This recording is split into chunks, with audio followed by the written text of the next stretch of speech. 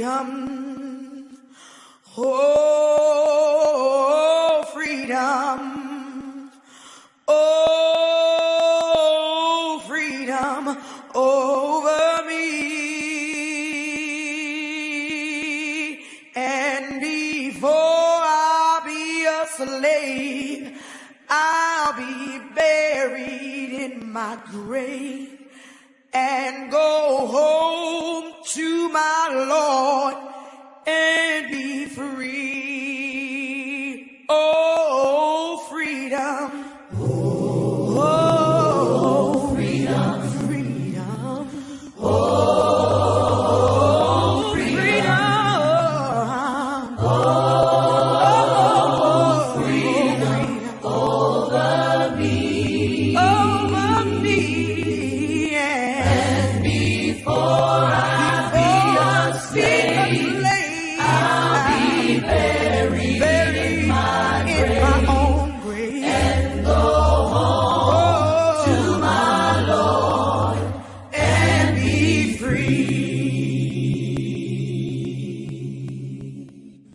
No more weeping, don't you know? No more weeping. No more weeping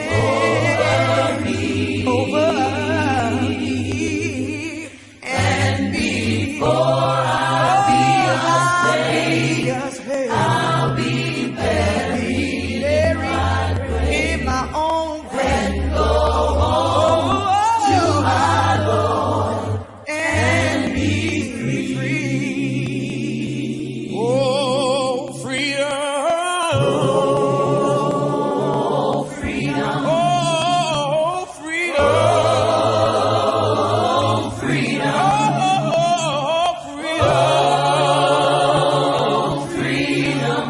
Over me. And before I be a slave, I'll be buried in my grave and go home to my Lord and be free.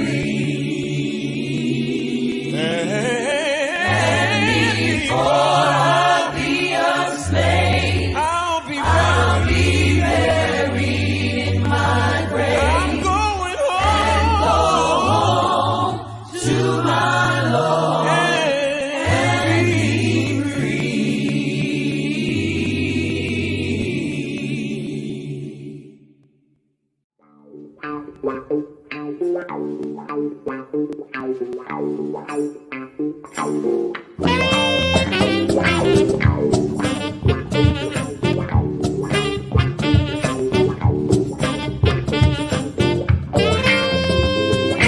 Kom så skjønne svenken, kom dom og prøve. Skjønne svenken, lad os tænke videre. Kom så skjønne svenken, kom dom og her. Skjønne svenken, lad os tænke mere. Lejne Johnson. All right, ladies and gentlemen, we are live. Thank y'all for tuning in for the recording of episode number 3. Why So Much Hatred? Got my good friend in the studio, Eric. Hello world. How y'all doing? Yes, sir. He's gonna rock it out with me, y'all. We're gonna do our best to answer. And here's what I'll say: we're not attempting to answer the question of why so much hatred, but we're trying to give a perspective from a new millennial's perspective of how do we get here and why is there so much hatred? Everybody that's watching know where we are right now, right? Right. You know what I mean? Right. We are in a point to where businesses are being rioted, looted, destroyed. Some of those businesses are our own businesses in our own communities. So, Eric, tell me, what do you think? How did we get to this point where we are today? Well, that's a Loaded that's a question. loaded, I mean, super loaded question. I mean, we could try to like start out generalizing and narrow down from some of those points. So I mean, one, obviously people are just tired, right? Right. Where we are in 2020, so yeah, people like especially Black Americans, and I say Black Americans very specifically for a reason. Yeah, the struggle, right? Yeah, I mean, has been real. We don't have really any real attachment to Africa at this point. We have a very specific experience within America, and the label that we were given in America was Black. So I just go with that. Right. Yeah, Black Americans specifically are tired of it. The world is kind of waking up to what's been going on. We're behind economically. What I mean by that is, when it comes to the businesses, when it comes to overall wealth, the management of that wealth, we have a psychological burden that's been placed on us since the time we've been here. Right. Really, I mean, there's no individual issue within our community that isn't linked to like 5 other issues, and there's no single solution that isn't tied to, like, let's say 5 other things that need to take place as well. Right. So, I mean, even though this is very vague, what I'm saying is, I mean, that's really what we're dealing with right now. Right. And that's how we, the stacking on, the stacking of the deck. Exactly. Right. All of these things have manifested this level of tension and anger. Right. And so for all of you that are watching, I want you to feel free to chime into the conversation. So if you have a perspective, I'll be watching the comments and getting you chimed in as well. So, all right. So we're in 2020. We're on the cuffs of the outright blatant death of George Floyd on the streets of Minneapolis. And it gives, us millennials that pause. Right now, did you hear the comment from Frank Ski Morning Show? And this is off the cuff. I threw that at you. Go ahead. No, it's all good. Go ahead. So what Frank Ski said was that the young generation, it's time for us to lead the fight in where we are. But if we don't understand why the hatred is there in totality, then how can you be an effective leader? Right. Because like you said, the stacking of the decks and the all of the factors that have gotten us to this point. So let's break it down a little bit. Okay. Because we kind of threw it out there pretty vague in the beginning. But so let's talk a little bit about our experience as millennials in walking through this world. So at your age, given your own experiences. So I would say, so like for myself, right? What I came to realize over time, because the man I am now is not somebody who has always been this way, their entire adulthood. I mean, growth happens. But in that time, I kind of realized that, okay, one thing that's happened is there's definitely a gap, right? So you had, let's say, like the civil rights. And regardless of whether I agree with everything that happened or what the agenda was with the civil rights movement, you had the civil rights activists, and then you had like a gap where it's just like silence. You had people like, let's say musicians who might have spoke out about things. You might have had people who put out, who might do like seminars or talk about stuff. You had like that woke community that kind of emerged after a while, but especially with the millennials, that term woke, I mean, I think that really just speaks to like the people who may not have had the most guidance from generations before, because, you already have like the breakdown of the family structure. You have a lot of fathers who were in jail or killed or whatever else. You have a lot of people that are lost to just the streets, or the individuals who might have made it out and feel like it's a fair playing field for everybody just because they were the one that, played by the rules and somehow made it through. Right. But kind of generalizing the overall idea, right? So because when you minimize someone else's struggle, it's hard to understand, right? Like you're saying about how that one person that made it out kind of, and that you're right. I do agree that there was a huge gap from the civil rights movement. Yeah, I mean, to like what's the 80s, right? From like 75 to like 95. I don't know what happened. And so like when you had that gap, I think I feel like a lot of Black people are like ashamed of addressing Black issues. At least for a while, that's been the case. They've been afraid of addressing Black issues because that's what like integration kind of took us away from. Right. Like it took us away from focusing specifically on matters that were important to the Black community. Right. And then you had where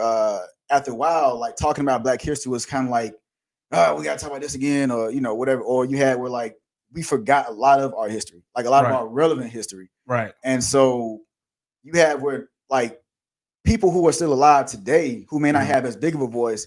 It's like, why didn't I know about this guy and his message, 10 years ago, 15 years ago? Why have I never heard of, this person, that person who may have been, known among the people that are like 45 plus years old, but like a lot of us who are in that like 35 on down, let's say like that millennial group, like you mentioned, a lot of people we don't know about and we don't talk about them in the history, in the history books or whatever.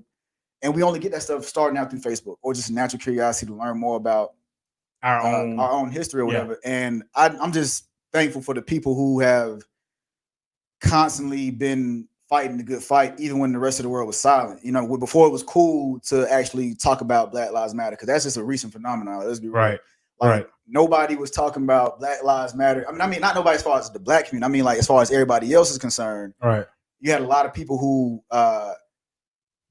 just one thought the All Lives Matter comment. I haven't heard All Lives Matter always since the response. This was the case, but now it's cool to say, "Oh yeah, Black Lives Matter," because unequivocally. It's a pandering tactic, in my opinion. You know what I mean? So seeing the NFL commissioner say something about that, he was like, yeah, we were wrong to condemn people for expressing their First Amendment, the freedom of speech, right?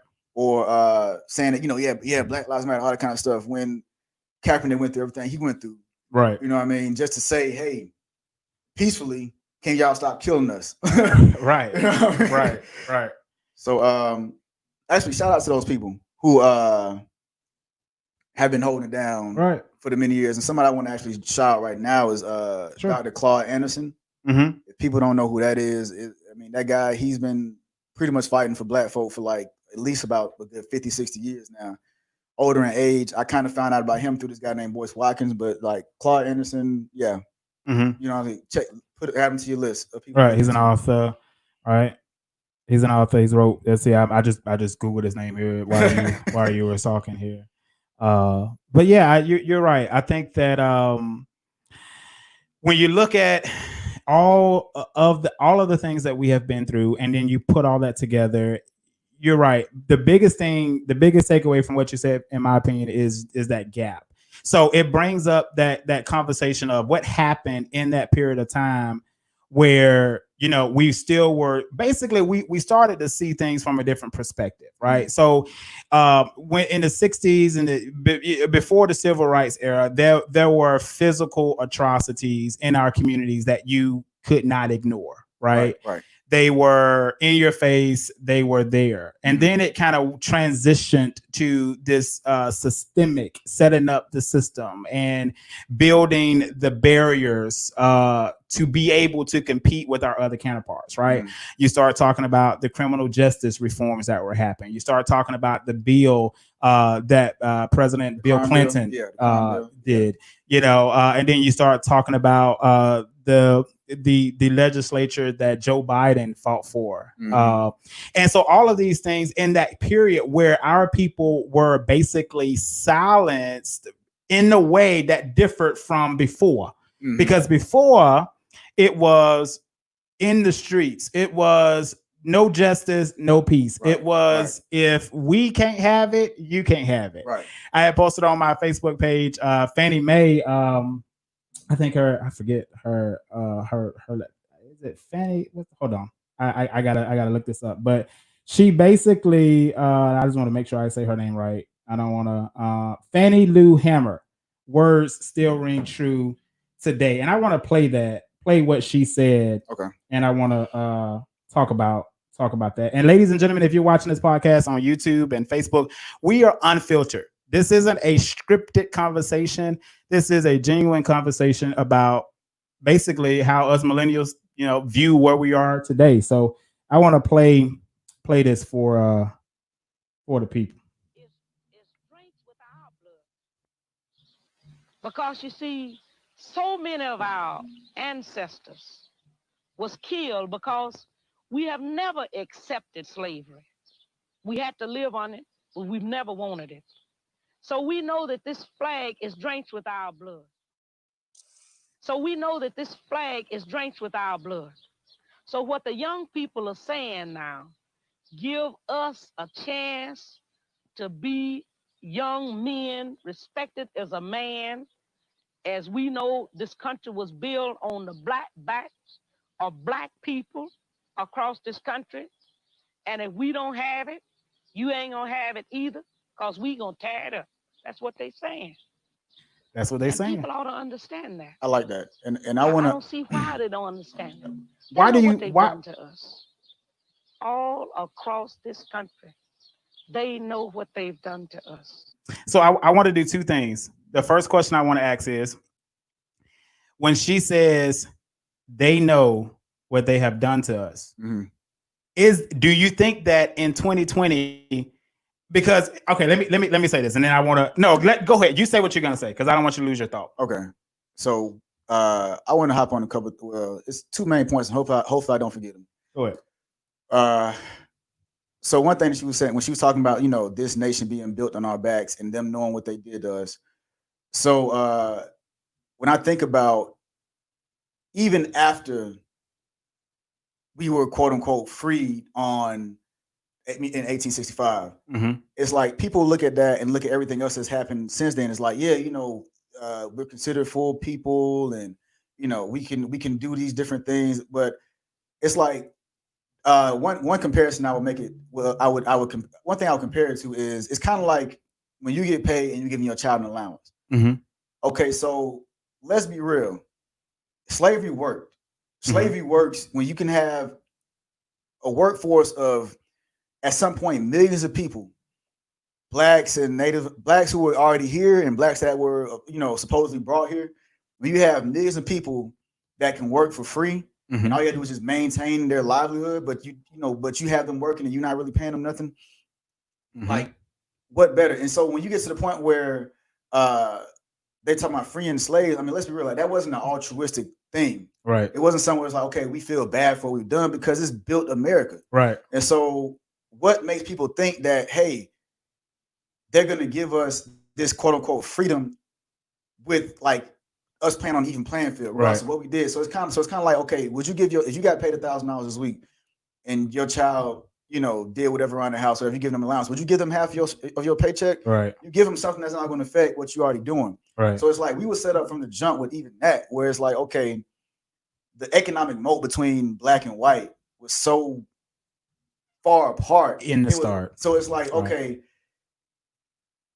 even if we did give y'all 40 acres and a mule, you know what I mean? You got so much catching up to do that we'll see everything coming, and we already need to progress so much further, you know what I mean, in that time. And then when we talk about people getting mad about the rioting and the looting and all that stuff, it's like, don't get me wrong, like we have our similar opinions about how, yeah, we don't completely agree with it, but at the same time, like when we spoke on the phone, okay, the Black Wall Streets across the country, the churches that have been burned, whatever the millions of the thousands of people, that have been lynched, who could have been other business owners, who could have been other revolutionaries of whatever sort, who's being held accountable for that? Right. You know what I mean? It's easy to, let's speak on something like the protests that are in response to George Floyd.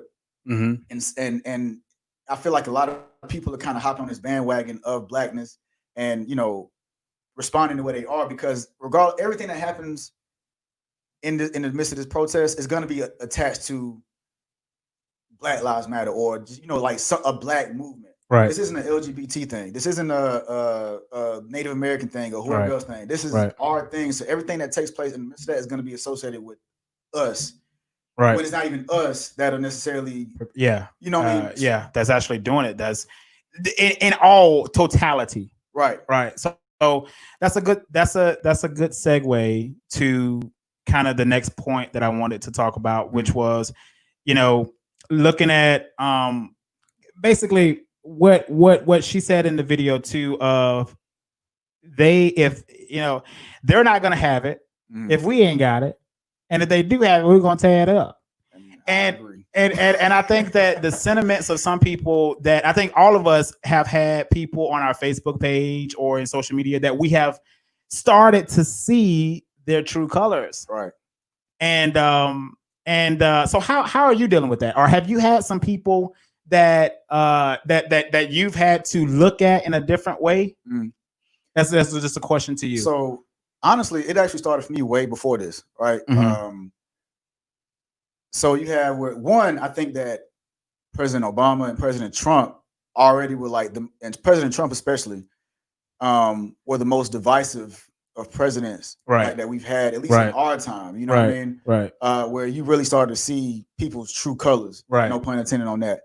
And then with us both being veterans and having served, that's why I also got to see a lot of it where, you know, I really started thinking of people differently and realizing that people truly don't acknowledge the struggle or the plights, let alone the current issues of the black person. It's kind of like, you know, we're so deeply in it that people don't even realize it when it's happening. And it took me coming more and more into adulthood to realize different things that happened in my life that weren't so blatant or even were blatant that I just kind of shrugged off. And you know what I mean? Right.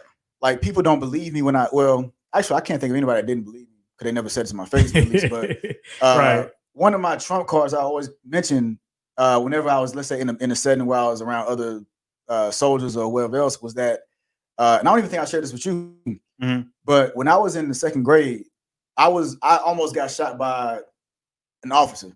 Wow. Like second grade. Now I'm 5'8" right now. That's how tall I am right now. And now second grade, I had to be probably like maybe 4 feet. You know what I mean?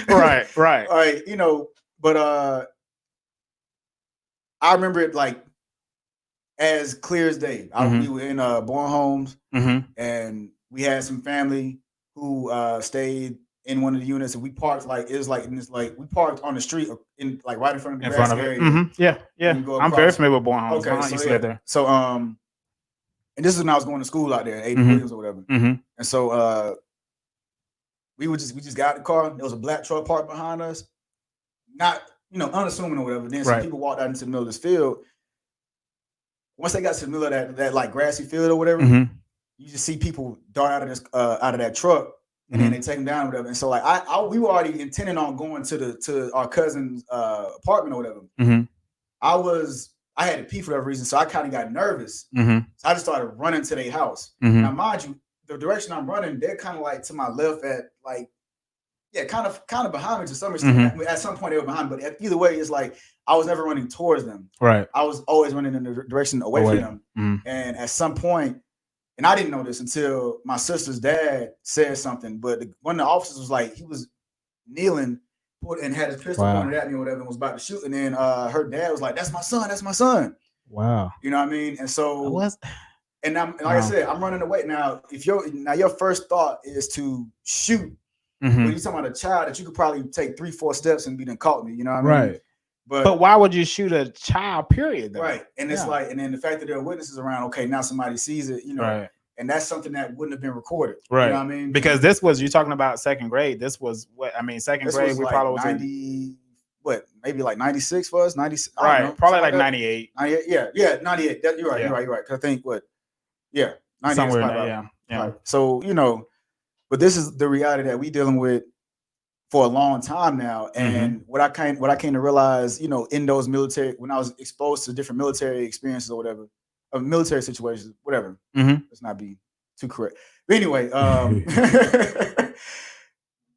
I would see people's true feelings once that came out. You know what I mean? But it's like nobody could deny when I bring up situations like that, because they'll try to make you think like, oh yeah, racism isn't real, racism ain't going on. They would try to ignore the systematic thing that was in place. They try to ignore the lack of fairness because it changed from a physical. Right. It changed from a physical lynching, calling you the N-word, displaying colored and white facilities, right? It translated from that, and so then it kind of the counterparts that were taught racism, because I truly believe in my heart that there's no such thing as an inherited form of racism. You are taught it, right? The hate, you're taught that hate, So, that's a very unique, experience, man. Yeah, and a lot of people, I would always pull that Trump card because it was like, people would deny everything else and act as if people are always just like race baiting. Right. Like, no, I feel like at this point,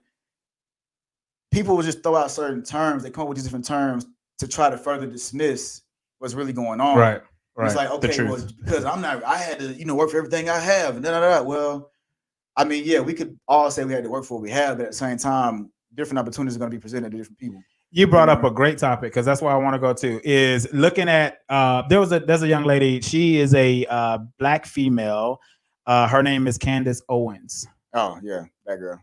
And it amazes me of how much she accuses the black community of either not doing enough, race baiting, kind of what you're saying is not necessarily calling it for what it is. Yeah. And so what I would say if I had an opportunity to actually talk to Candace is to say, well, Candace, you are given the opportunities that you're given because you have to work a little bit harder.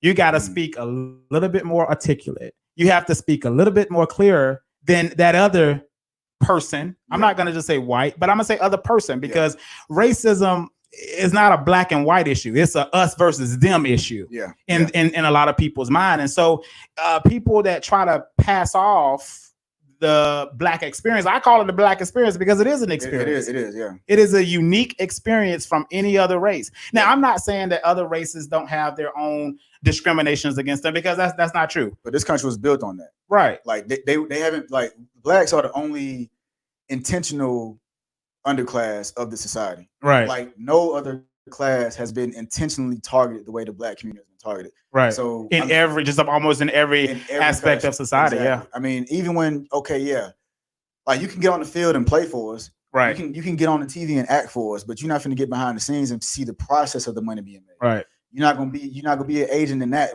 aspect. Right. But we'll use you. Yeah. Right. And people get excited over things like, Black, which is great. You know what I mean? The symbolic victories are great because, I mean, seeing a black man in office as president, I mean, it does something for somebody. It inspires somebody. Right. But Candace Owens, I mean, I think she is an intelligent, I think she's a smart woman. All right. I kind of wish she would use her intelligence to be a little bit more balanced in some of her perspectives. Exactly. That's what I'm saying. Balance. I'm not saying that she's wrong because a lot of things that she say are naked, hard truths. It's almost like hard, tough love. Especially when she addresses the Democratic Party. Right. And I'm not even hard into politics, but when she addresses the Democratic Party, she definitely spits a lot of truth. Right. When she speaks on, Obama. I mean, she's telling the truth when she. Right. I mean, she kind of overpraises Trump a little bit, but it's like without seeing the but that's the part. That's the part where you have to argue with her balance. Right. Is she? I think on one of my Facebook posts I posted when I just said basically, listen, if you're gonna judge, if you're gonna act as God, as the ultimate judge and juror, at least be fair. Yeah, at least be fair. At least be fair. At least be fair. So yeah, that's a very interesting topic. Yeah, man. She a sister regardless, you know what I mean? But it's one of those things where people have to realize too, just because somebody is black, and I've said this enough times too, I don't care to save all black people. I don't want to save all black people because you got a lot of black white supremacists. You got a lot of black people who ain't on code, and I'm okay with that. Right. I don't want to sit up here and try to, convince somebody who's our age or somebody who's older than us why they should shop at black-owned businesses, why they should at least try to build up their community rather than being so individualistic. Get back to some sense of collectivism, but money will do that to people. Right. I mean, money and opportunity because they don't want to mess up their meal. Right. You know what I mean? For the sake of the greater good. However, I mean, look at anybody who goes against that system. You know what I mean? Bill Cosby is a good example of that. You know what I mean? Yeah. He been talking about us, how he talk about us, and he'll throw a little money, and people got to start getting blinded by that, thinking that just because somebody throw a couple dollars at you that, oh yeah, they for us. It's like, bro, look. Well, that goes back that goes back. That mentality, in my opinion, goes back to how we got to America in the first place. Yeah. Being manipulated, being bought. Yeah. And that's where you got to take that ownership as your people and saying that we as black people have a ways to go as well. It's not just the hatred is not only from the other side. There are things that we're manifesting in our own communities. Yeah. And we have to have more minds, older and young, that are balanced and have always cared about the progressions of our people. Right. To get in here and start talking about real solutions and actually doing, performing such, because you got a lot of people that say something like something vague, just a problem. They would present a problem. So it's like, let's tie it to the economic aspect, right? People say, okay, black people got 1.7 or 1.2 trillion dollars in spending power, which is the size of like a small country. Okay, cool. Y'all should invest your money or buy into black business or whatever. It's like, well, look, let's get further into that. Okay, well, if I just tell you, hey Raymond, you got $50,000, invest your money. Right. Well, how do you invest your money? Right. Like, because I can literally look at you like, well, I know that I work and I get my check and that's it. But like, how do I invest? You know what exactly. I mean? The financial literacy aspect. There's so much financial literacy. People Yeah. talking about real estate, stocks and bonds and options and futures and all that crap, real estate, whatever else, businesses. It's like, where do we get started? People just say the simple solution without breaking down the steps within that to actually see some kind of tangible, results. Right. And so people get caught up in just blurting out the general stuff like, yeah, vote. People die for you to vote. Your right to vote. They die for my right to vote, and I'm an obligation to vote. Right. They die for my right to vote. Okay, cool. And then from that, after you tell me to vote, local office or whatever, it's like, tell me who give me some ideas of who I should vote for, because it's like, if I don't have all the information, if my focus is something else, and all of a sudden, elections coming up in a couple weeks, a couple of days, give me some kind of idea of what I should be thinking about. The organizational aspect of things, right, is lost. You got too many like Negro managers that are just kind of telling people to, say Negro managers. that's telling people to, like sit down and just, right. do what they want us to do. Right. Do what's allowed. You know what I mean? Which was really kind of that old school flavor. It had its place, and I think it served its purpose in the past. But I think that there has to be a new way of doing things and a new set of leaders. Yeah.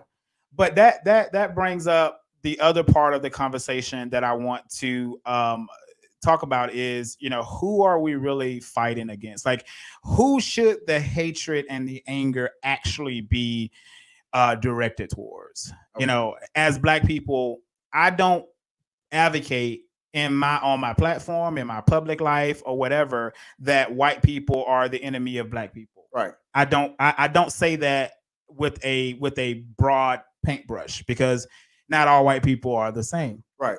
We have to start to have that conversation about, well, who are the people that we should be angry at? Yeah. So, go ahead. No, and I was just going to say, and I think that not only us as African Americans or Black Americans are being used and manipulated by that power that be the whites and any other ethnicity that believes in equality and justice for everybody are on the same team. We're all on the same team. Yeah. So one thing that I can directly tie this to is I remember, and it was one of those like very politically incorrect statements that I would hear, like let's say when deployed or whatever, where they'd be like, not all Arabs are terrorists, but all terrorists are Arabs, right? And it was like a little joke, inside joke among people. And so it's one of those things where like, not all races, like at least in America, right? You can say like, not all whites are racist, but all races, or at least the ones with power tend to be white, at least as far as our experience is concerned. And I do agree that like not all white people are the enemy, because I have friends now that are, in a tough situation because they have to, really think about where they've stood on a lot of issues in the past. And I got some people that were like always like, hey, I don't have no problem going to HBCU, or like this is my friend, I stand up for him, whatever. Just like, and they acknowledge it. Granted, I am past the point of people just acknowledging the Black struggle. Right. I'm interested in seeing when we start talking about reparations again, like how many people are gonna stand behind that too, because acknowledgement is one thing. But anyway, right. So going back to what you were saying, I feel like really it is like what you have a couple of things. One, Muhammad Ali made a good point. He was saying like, not all snakes are poisonous, right? But if you're in a room full of snakes, not poison but venomous, if you're in a room full of snakes, you ain't got time to sit here and figure out which snake is venomous and which one is not. You got to pretty much isolate yourself from all of them. Right. Close that door. You ain't got to worry about trying to let one or two in. Like, you see those posts or those different like information bits from like zoologists or whatever talking about, like, yeah, if you this kind of snake is poison. If you look at this type of feature, Right, that's it's yeah. like I ain't got time. I'm just No, gonna you run from don't. all snakes. You know what I mean? You And absolutely 100%. when I have the time to, evaluate whether this individual is okay, then cool, I might do that. But as of right now, I think that Black people are in a really messed up situation because it's like at one point I used to feel like when people would talk about classism a lot, Mhm. and like and Martin Luther King would do that a lot too. He talked about like the poor people, the poor people, the poor people. Mhm. I used to feel like that was the mask of racism. I used to feel like classism was the mask for racism Mm. because you had a lot of I mean, it's like, let's be real. A lot of your people that are in that 1% are white. Right. You know what I mean? And a lot of people that that had these agendas, or the people that are causing most disturbances, are white. Mhm. And they have a history of tyranny around the world. You know Right. what I mean? However, I think that we're kind of fighting both. We're fighting classism and racism. And one of the biggest pieces to our solution is going to be the organization, not only socially but economically. Like, we have to be economically organized Mhm. because money is what's going to talk. Right. You know what I mean? Like, and yeah, we still have just flat out racism. Mhm. Like, that's going to be a thing. You have some people who are just in it and they just flat out don't like us, or they don't like anybody for that matter. Right. But the only thing we can really do at this point is come together and recognize that, okay, we ain't got to like everything about each individual person. There's plenty of Black folks I don't like. Like I said, I ain't trying to save everybody. Right. You know what I mean? But there are good Black folks out there that I can at least, get something started with. Right. So all we gotta do is say, okay, hey, Raymond, look, me and you, let's start this. And then we get somebody else that we trust in, somebody else that we trust in. And we start our own little thing. We start our own village. We start our own little small like community. Right. And then we continue to branch out from there and branch out from there and branch out from there. And we have to, conduct things a little bit differently, because I think one thing that the civil rights movement was very much intending on doing was highlighting the brutal nature of white supremacy, or the racist people who just so happened to be pretty much all white at that time. Whereas now we have to realize that there's supposed to be a balance to that. We need to highlight how these people are brutalizing us, and then eventually we have to respond. Right. You know what I mean? We can't just sit up here and just continue to be unarmed. It's like when you see a bunch of white people going to the different government offices and they strapped up. You know what I mean? They got whatever else on them. Or you see other instances where it's like, yeah, the police didn't shoot this armed white person or whatever. It's like, well, hey, an unarmed Black man is way less of a threat if I got a gun, if I have the great equalizer. Right. So maybe a lot more of us need to be, you know what I'm saying, licensed to carry. When you live in a place like Georgia, okay, you got open carry. But having that concealed permit, you know what I mean, getting into the NRA if you want to do that, whatever.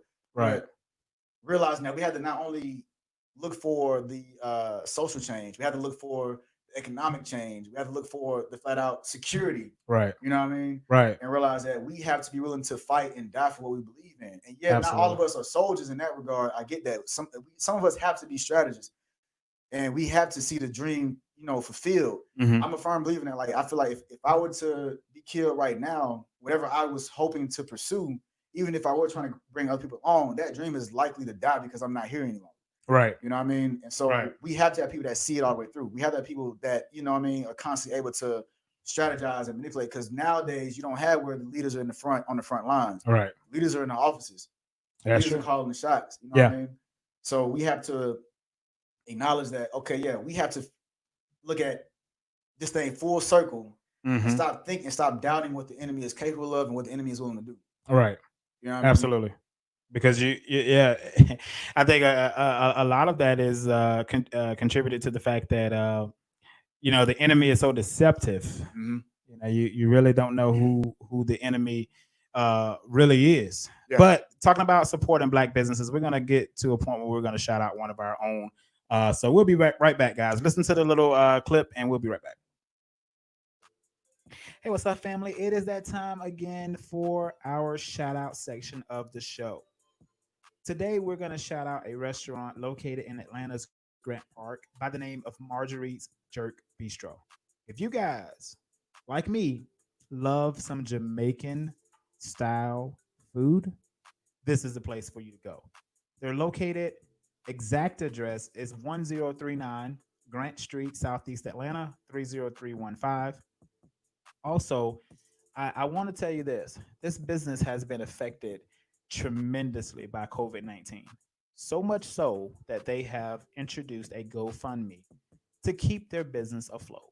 So if you can spare, if you do not live in the Atlanta area and you can't go and patronize the restaurant and you're listening to New Wave Real Talk, please open up GoFundMe.com and search for Keep Marguerites Afloat. And I'm going to spell Marguerites for you: Marguerites, afloat. And that will take you to the GoFundMe. If you got $5, $10 to spare, that's all we need. So let's go ahead and show her that we value her in the community, and let's keep her afloat. All right, man. You guys are doing it every time. So I appreciate you too for supporting the platform here at New Wave Real Talk. Thank you. All right, ladies and gentlemen, thank y'all for listening to that. Hopefully, you guys will go out to the GoFundMe and support this local business who has been truly affected by COVID-19. So now let's talk a little bit about the underground society and that true anger, because I think that all of us as African Americans really should take some time to investigate who should who what is that power, and who should we be focusing on to ensure that we defeat. Now, a lot of you guys who are watching the news media, you guys are hearing of this group called Antifa. You're hearing of them masking themselves in the name of Black Lives Matter. They're masking themselves. You also see on the news where there are literally bricks being dropped off in cities. The undercover agents. You see the headphones and the body vest and the cuffs in the back pocket. Yeah. I mean, when you really start to dial that in, we have to make sure that we as African Americans are focusing on the thing that we need to focus on, and that is not every white person you see. Right. That is not every white person you see. It has to be. We have to do some investigating for ourselves individually, right, and come to a term of, well, who is public enemy number one? Yeah. And white people as a whole is not public enemy number one. Right. Because there are too many good white people, Mexican people, Asian people, whatever ethnicity you identify as. There are great people all over that are not the enemy. So let's talk about that. Okay. So Antifa, how do you feel that they are infiltrated in these Black Lives Matters protests, and they're turning them into something that Black Lives Matter do not intend for it to be? So I think this is a good topic. But I think this is one is history repeating itself in a new way, or a similar way that it has already. Also, I think that this is pretty much a symptom, like what we're seeing as far as like general racism, and like you said before, like who should we actually be targeting? I think right now we're mostly addressing the symptoms of the true issue. Kind of like, okay, if you got a cough, you know what I mean, rather than just giving you some NyQuil or something to stop that cough, you know, let's see why you're actually coughing and then address that issue directly. Right. So so let's go back to that. When we talk about Antifa, like, now mind you, I had never really known of the name Antifa, the exact organization, right, or any other. Well, you know, we hear about people like that everybody hears about. You know, if you just look up conspiracy theories or, you know, New World Order and all that kind of stuff on YouTube, right? Right. So you hear about those societies a lot, and it's scary. I'm not gonna lie, like it's some pretty intimidating stuff to think that, you know, these are some really sick individuals, right? And a lot of people are getting bought out. But what this reminds me of is no different than, like, let's say the Black Panther movement, where they had, you know, Black people who, let's say maybe they was facing some jail time or whatever kind of deal they could give them. You know what I mean? No different than anything else you see in the criminal system, where it's like, okay, hey, how about I, you know, take this guy who I know is a criminal, who already has his reputation, who already has this, you know, allegiance with this person, and use them to take down this greater organization. Right.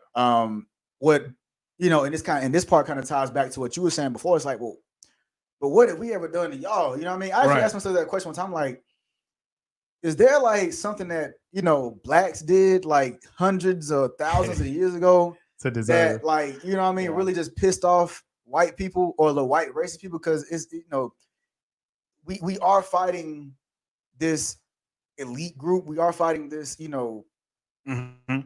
this masked man or this masked entity or whatever. Right. And the racists that we deal with day to day are just symptoms of that virus. You know what I'm saying? That's what that, and so it's like, yeah, we have to address that too, because there are a lot of people who have that wickedness in their hearts. So I think we should address.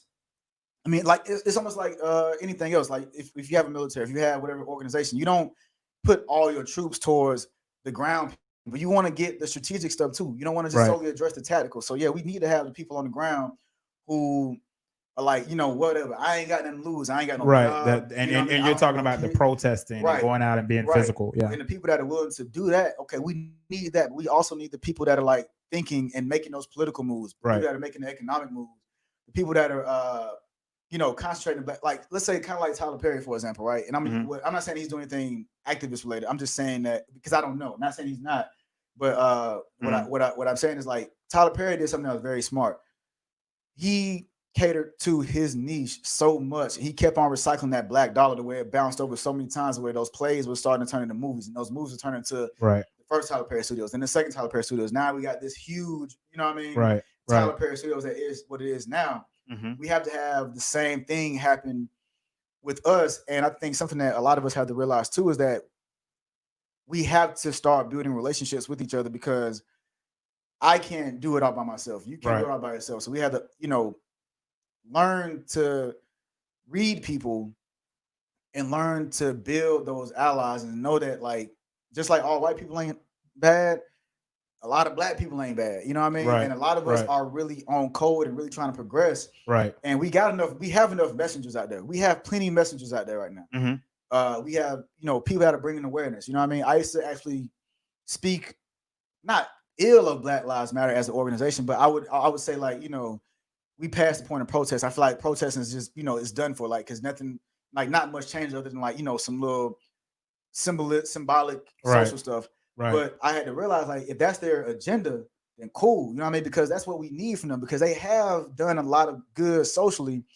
Always enough good socially. To move the needle. To push that needle forward.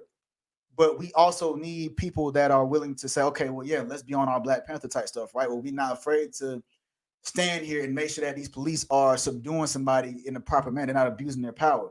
We have to have officials that we elect that we're going to hold accountable. That we're going to hold accountable to what our demands are. Obviously, a lot of that comes with economics. You know what I mean? A lot of stuff ties back to economics. And then we have to get back to focusing on our issues, not to become the new, like, superior race, but to make sure that there's truly fairness among us. Just kind of cleaning up our own house, making sure our own stuff is in order. And so, like, the way I look at it is, I don't believe in just supporting Black business just because I'm Black or just because they Black.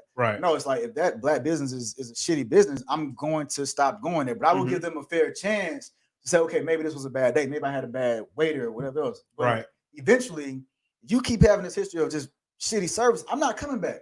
You know what I mean? But people won't take that approach to Black businesses. You got one strike with a lot of Black people when it comes to Black business or Black entrepreneurship. Whereas I've been at IHOP so many times and been disappointed. You got Waffle House. Waffle House got some of the worst food. Period. But we still eat there. You know what I mean? And not to talk about the cleanliness of Waffle House. But we still go there. We get them that dollar. You know what I mean? And so it's like, why do we treat Black businesses any differently? Where it's like, we can't just give them. It's all like, let's be real. We already know we already had a huge. We already started with a huge, like, delay in anything. You know, there's a huge head start for that. Racist white, you know what I mean? Yeah, the powers that be have effectively achieved a lot of goals, right? That they set out to achieve when it comes to, the separation of power, and the separation of wealth, and the separation of education, the separation of health, the separation of environmental controls in our communities. There was a time or a big thing that was going on here in Atlanta with the 5G towers, and how the 5G towers were placed in lower income communities, and all that. So like you said, like I said, guys, ladies and gentlemen who are watching this show, is this show is not going to answer all of the questions of why so much hatred, but I think that what we are trying to do is peel back those layers, and I think we are doing it pretty good.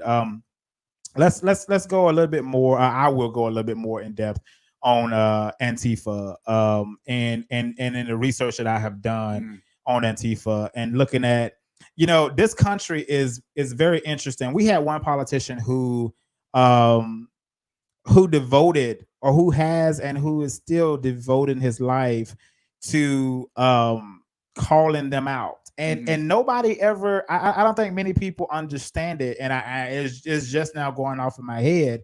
But Bernie Sanders has continuously dedicated his life to talking about the top 1%.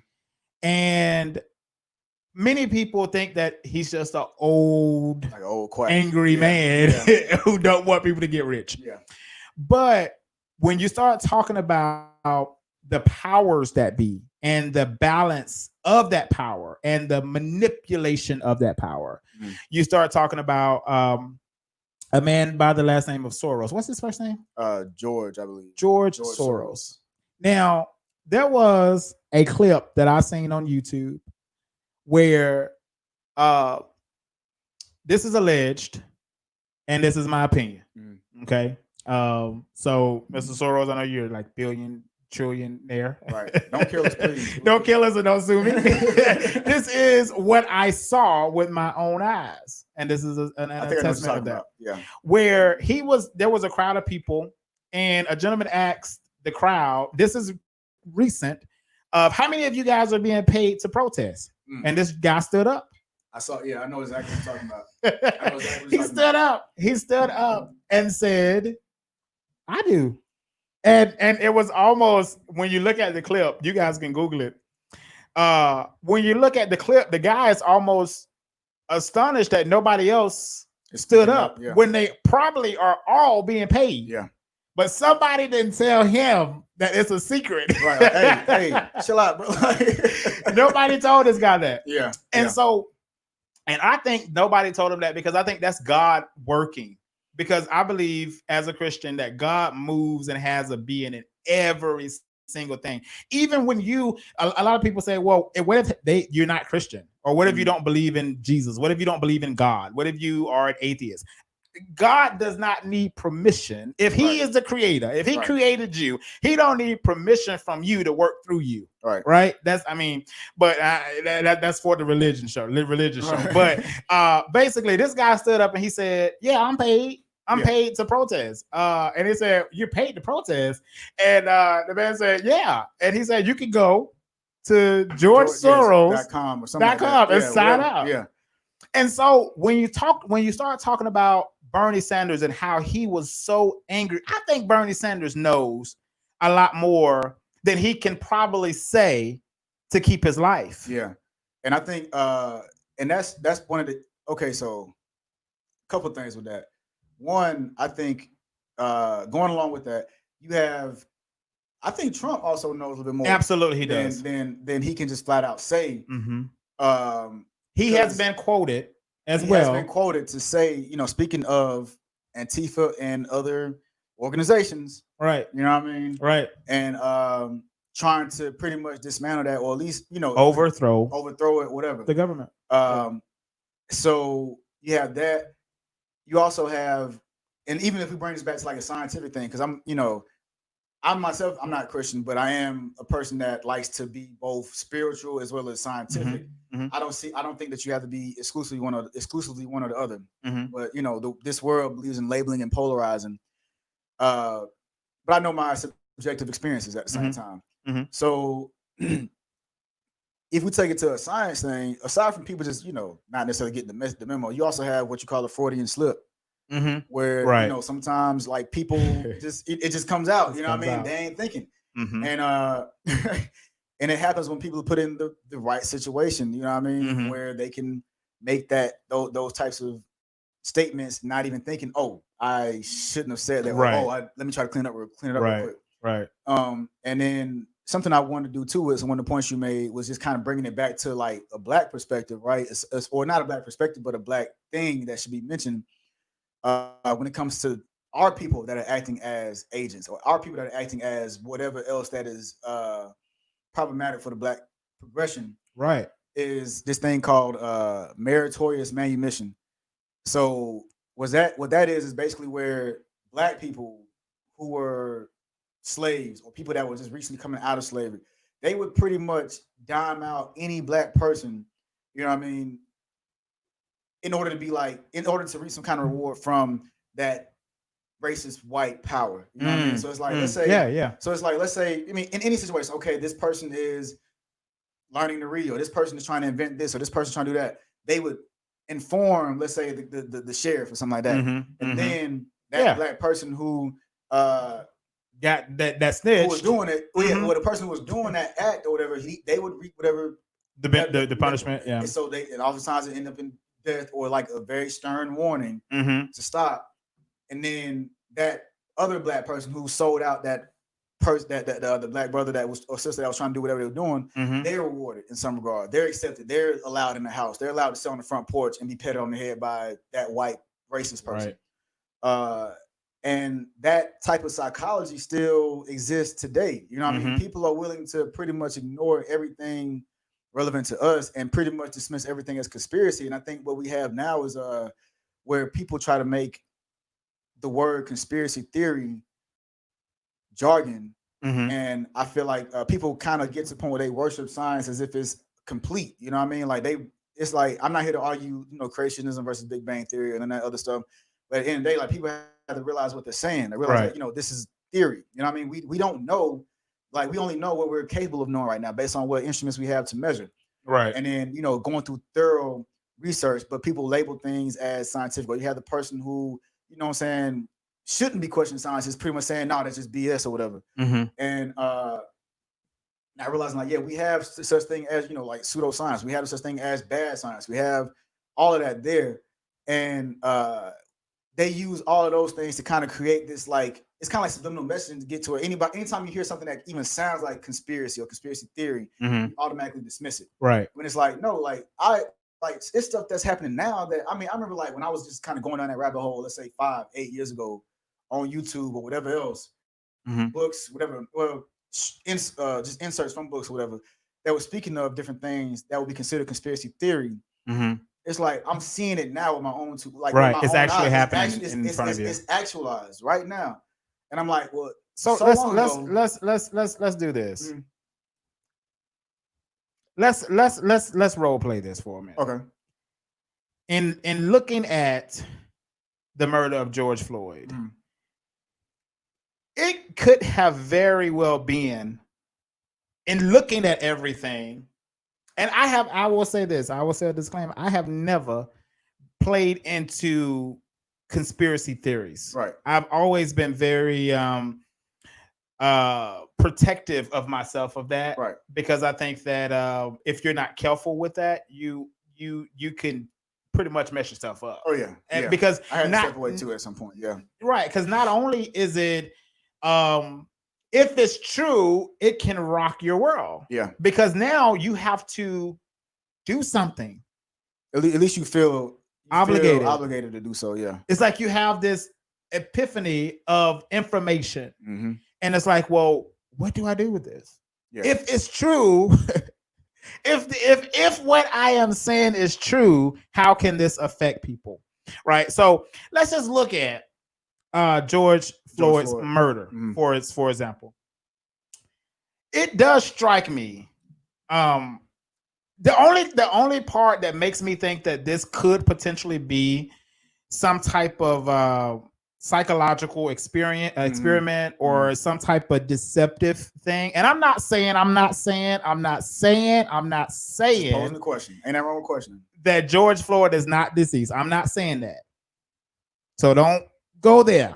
But what I'm saying is, what if? Right.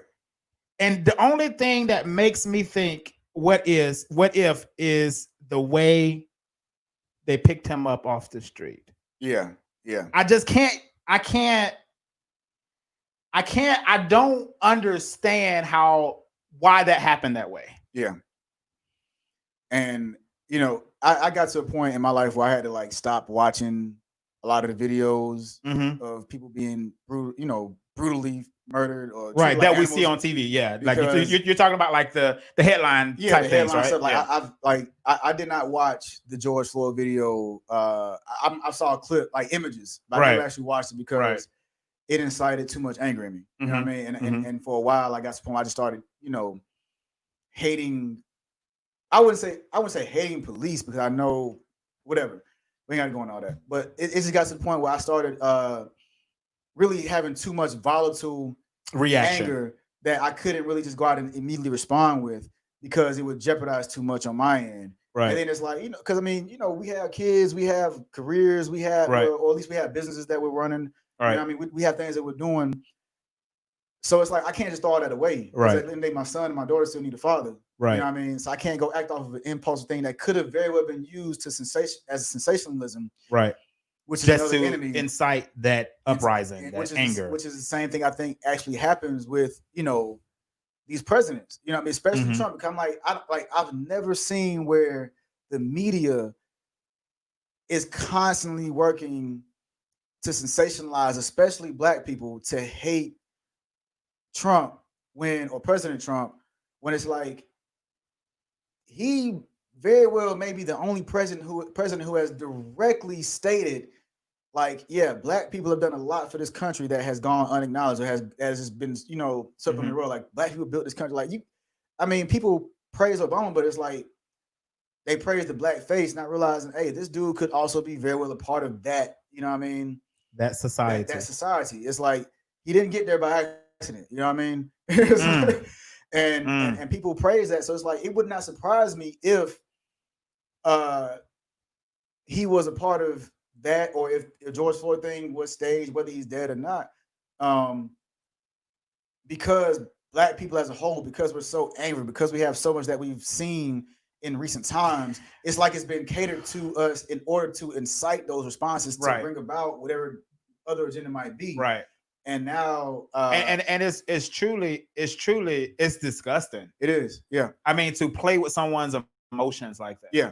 But I mean, some people just try to dismiss emotions. Like, no, emotions are a very necessary thing. Right. They can cause us to do very beautiful things in this life. It's just that when you have emotions that can be more volatile in nature, if it's mishandled, you have a lot of people that don't know how to handle themselves emotionally. You know what I mean? Right. A lot of people don't know just how in to regular society. Right. People don't know how to just be human. We're brought up to learn how to be agents in society. Right. Things in society. But we're not taught how to remove all those layers and just realize, how do I just be? Right. You know what I mean? Not how do I just seek all this pleasure and bliss, or how do I just get mad about? No, just realize that they're just experiences in this world. Right. And you choose on some level, whether it's consciously or subconsciously, how you perceive it. Right. You know what I mean? And so what they do is they I feel like they cater to a lot of people who lack that maturity to, see that, okay, let me not get too angry with this right now. You know what I mean? Right. Let me step away. Let me step away for a second. Or at least, like, if I get angry, it's okay that I'm angry, but let me think about what I'm going to do. Right. Let me constantly be checking myself, because that emotional response is nothing more than what the mind has already, or the brain has already signaled it to be. It's like the brain, if we correlate emotions to the heart, right? And correlate, logic to the brain. Well, if I cut you right now, or if you got cut right now, your heart doesn't feel anger. Right. You know what I mean? But whereas like if something else or distress, happens, your brain is gonna have one thing, it's gonna have one thing, and then your heart is gonna amplify that emotionally. It's like that emotion is just gonna amplify whatever your brain is already thinking. That perception. Right. And then you can use that anger to do a lot of good things. You know what I mean? Just say, okay, well, let that fuel me to get off my ass. Right. And see how can I make change politically. And then let my brother make change economically. Let my sister make change socially. Let my whoever make change within the family. You know what I mean? Right. And yeah, absolutely. It's deep. Yeah, it is a very deep thing. Yeah. And I think we've done a good job with expressing our thoughts as millennials, and I hope that people can understand all of that in totality. I know, ladies and gentlemen, that have stuck with us throughout this broadcast. Thank you so much for witnessing the taping of episode 3. Hopefully, you have found it to be very insightful and engaging, and causing you to have that aha moment, right? Of just thinking. Because I think that if you don't take away anything out of this 1 hour and 5 minute video, you take away that you are responsible, or I want you to take away, you're responsible for your thoughts. You, not the media, not your mama, not your daddy, not your brother, not your sister. You're responsible for your own thoughts. So one of the things Erik mentioned is processing your own emotions and thinking through your next steps. I think that can heal our nation in itself. Yeah. Just processing your thoughts and thinking it through. What's your final thoughts, Erik? Like something came and then I was getting it was a fleeting thought. it was like, man, okay, so and I'm gonna real quick. Oh, go ahead. If you're watching and you want to jump in on the broadcast, you want to put in the comments, we're going to go to the screens down, just kind of see some comments that come in. So if you got something to say, go ahead and put it in your comments by way of Facebook or YouTube. If you want to ask us, can't even talk, ask a question from one of us, either for myself, Raymond, or for Erik, just put in there who you want to answer the question, and we will answer those questions live. And if you're listening to this back on Spotify or Google Podcasts, please be sure to find us on Facebook, New Wave Real Talk. Same thing for YouTube. Subscribe, and you will be notified for the live taping of the episode where you can interact with us throughout the show. So go ahead, Erik.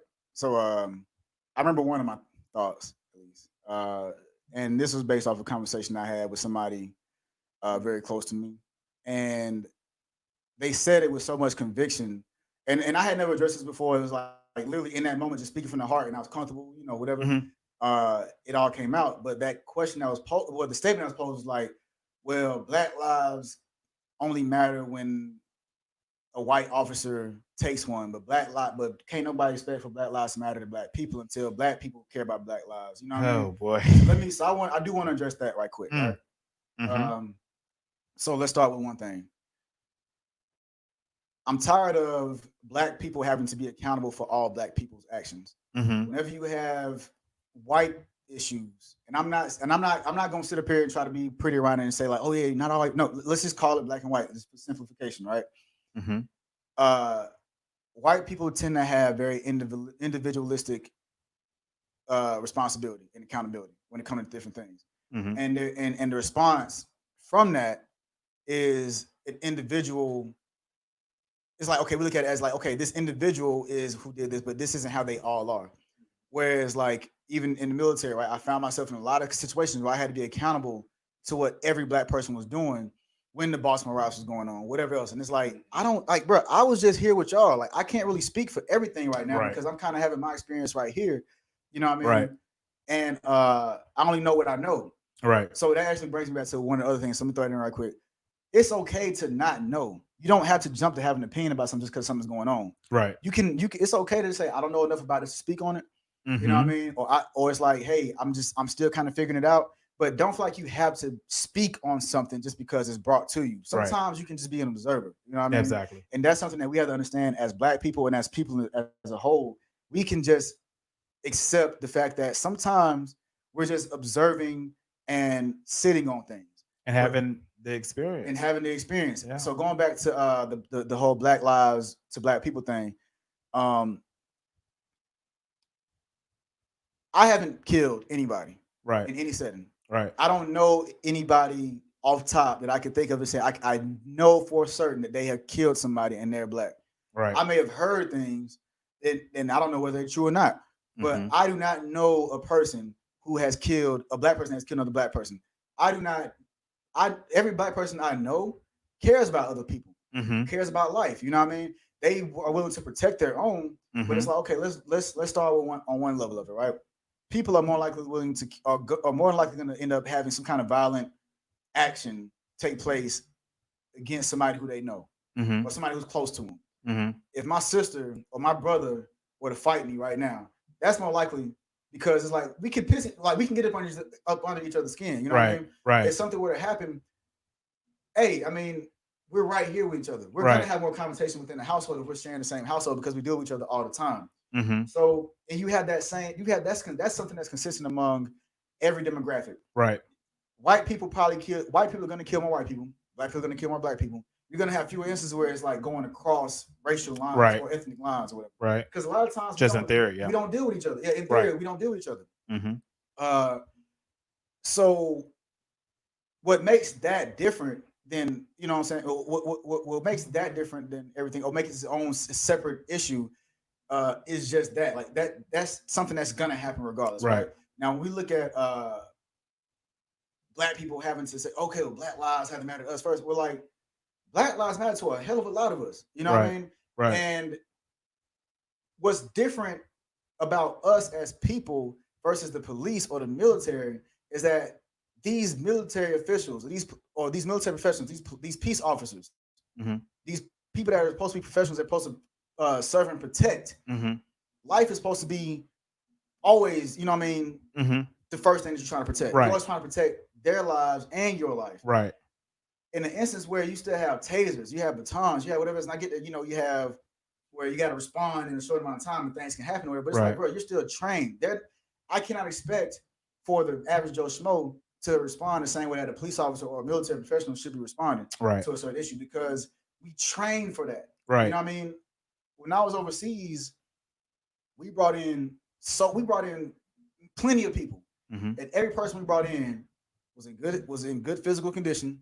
You know what I mean? Alive. You know what I mean? And that's just what it was.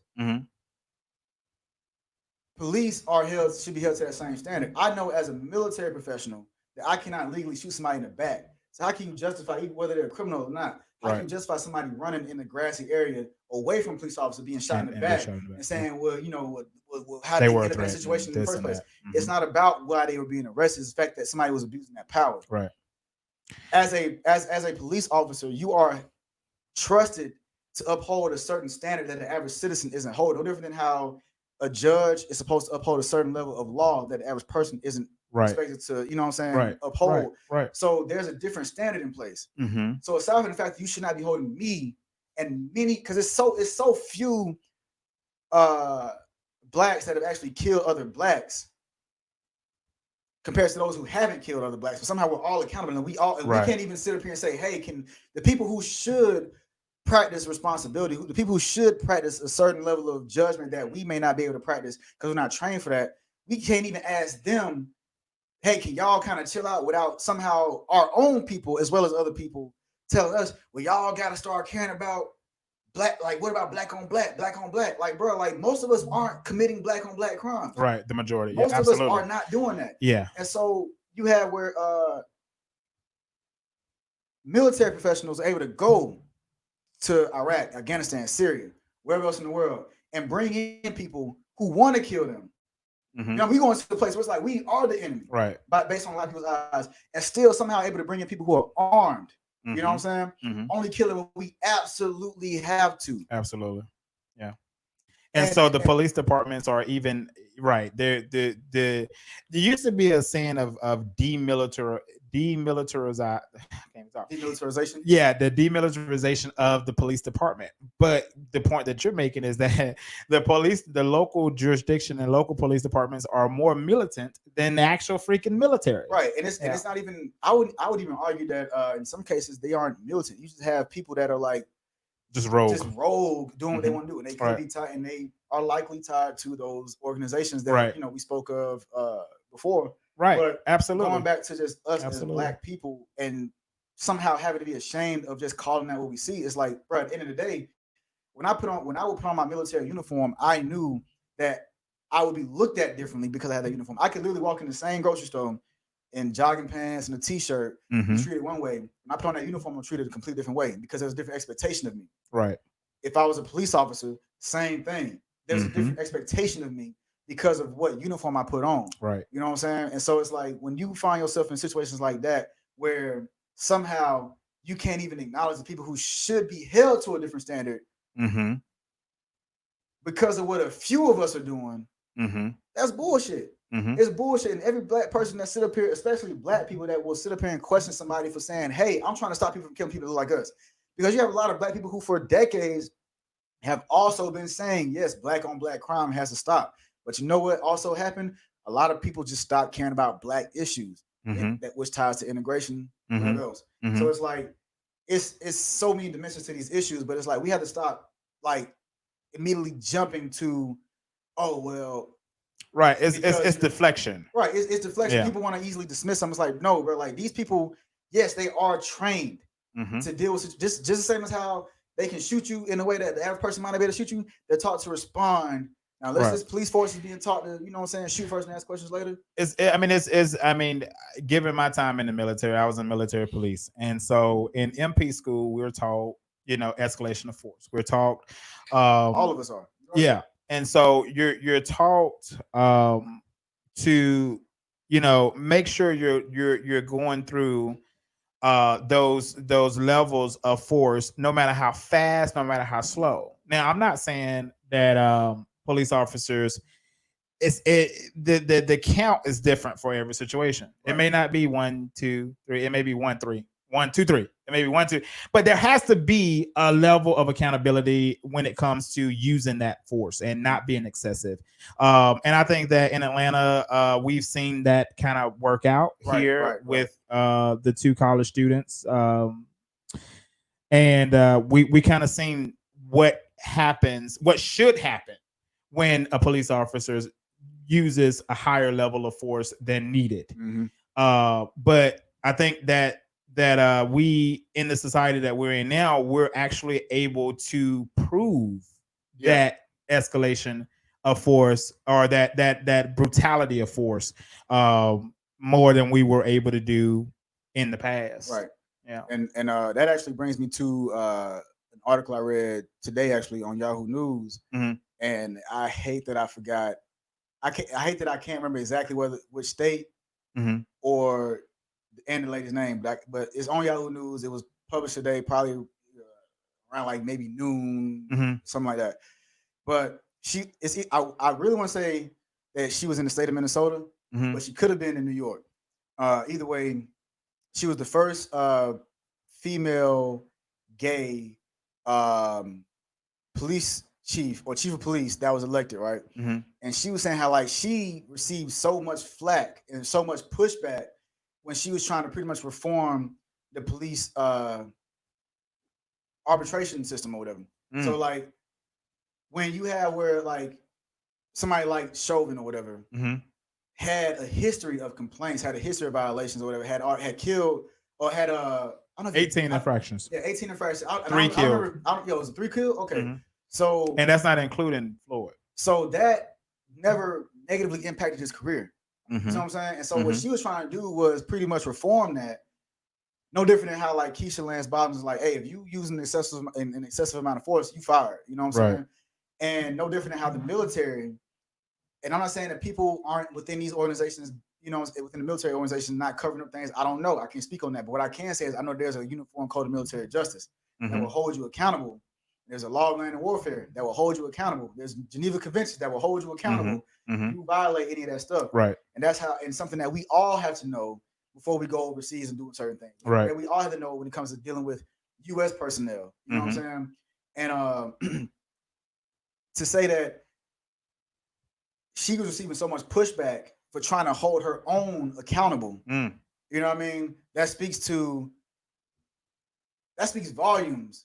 Yeah, I think it explains the powers that be. Right. And when you go against the powers that be, when you're not one of the powers that be, you're not gonna be.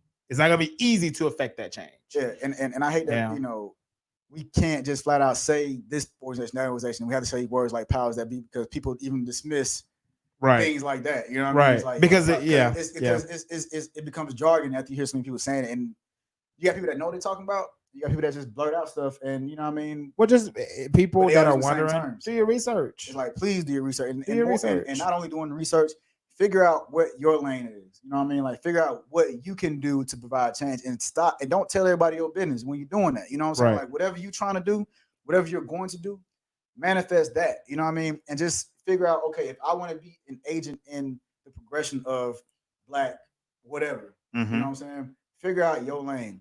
If it's going to be business, okay, what kind of business? What are the needs of our people? You know what I'm saying? We need banks. We need hospitals. We need grocery stores. We need our own police force, our own privatized police force institution that's going to protect our people and hold other people accountable. You know what I'm saying?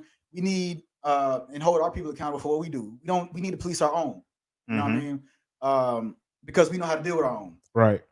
We need to have where we got people eating the good foods. You know what I mean? We need to have where people are going back to, you know, their true spiritualities and all that kind of stuff. Learning more about collectiveness. Right. You know what I mean? Right. And not just jumping to dismiss everything because you're too lazy to put in thought because you got a little something right now. Right. You know what I mean? All this stuff can be taken away from you. Right. So just, you know, figure out, okay, think about it, research it, whatever that topic is, whatever you feel confident in, whatever you feel comfortable in, and then act on it. Because we got enough people that's talking. Right. You know what I mean? We ain't out here just talking. We on the podcast talking, but we not just talking about things. But I'm not going to sit here and tell you all my business about what I'm doing. You know what I'm saying? Right. Absolutely. So, absolutely. You know, behind the scenes is better than not at all. Right. Do what you can. Do what you know, each one teach one, and we all can grow as a people. Well, man, I've enjoyed you on the podcast, man. I think we have had an amazing time. Yeah. The nerves. It settled down a little bit. It settled down.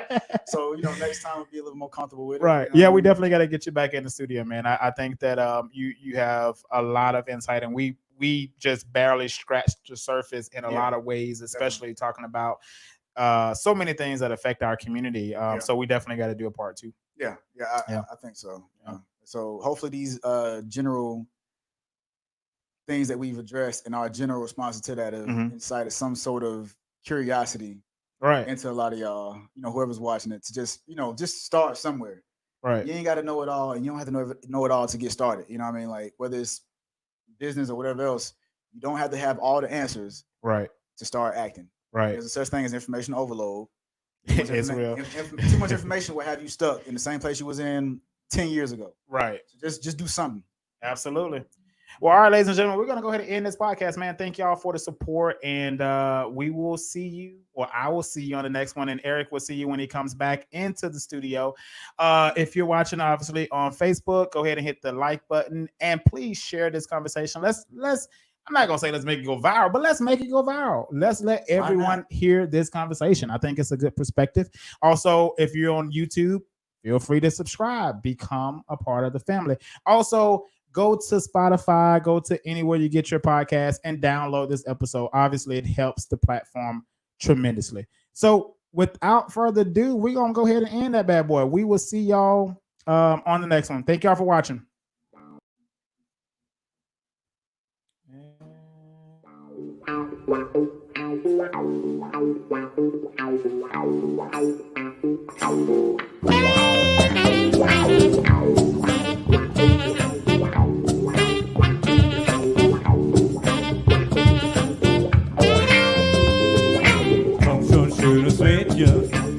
Kom de och skjuva, skjut och svetjen. Lass mig med via, kom skjut och svetjen. Kom de här, skjut och svetjen. Lass mig med